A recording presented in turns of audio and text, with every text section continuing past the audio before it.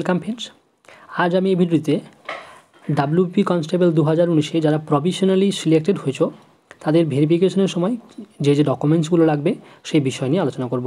চলো বন্ধুরা, ভিডিওটি শুরু করা যাক। প্রথমেই তোমার যেটা লাগবে সেটা হলো রেসিডেন্স সার্টিফিকেট ক্যান্ডিডেটের ছবি সহ।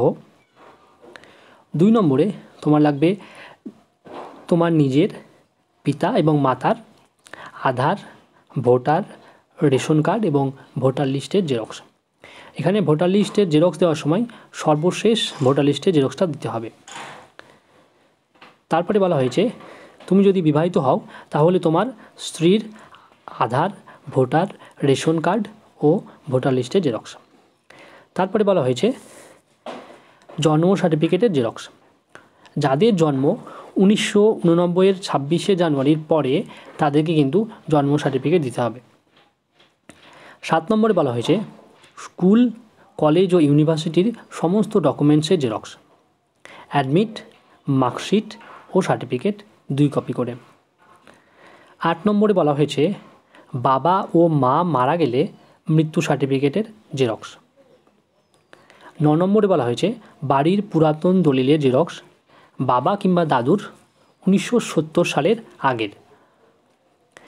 এরপরে বলা হয়েছে তুমি যদি কোনো চাকরিতে জয়েন করে থাকো তাহলে চাকরিতে কর্মরত হও তাহলে তোমার সেখান থেকে একটা এনওসি সার্টিফিকেট লাগবে, যেটা অরিজিনাল। তারপরে বলা হয়েছে তুমি যদি কোথাও জয়নিং লেটার পেয়ে থাকো তাহলে সেখানে থেকে তোমাকে জয়নিং লেটারটা দিতে হবে। তারপরে বলা হয়েছে এসটি, এসসি ও ওবিসি সার্টিফিকেটের জেরক্স, তুমি যদি এসসি, এসটি ও ওবিসি ক্যাটাগরির মধ্যেও পড়ো। এরপরে তোমাকে দিতে হবে কোর্টের এফিডেভিট, ডিআইবি সার্টিফিকেট বাবার।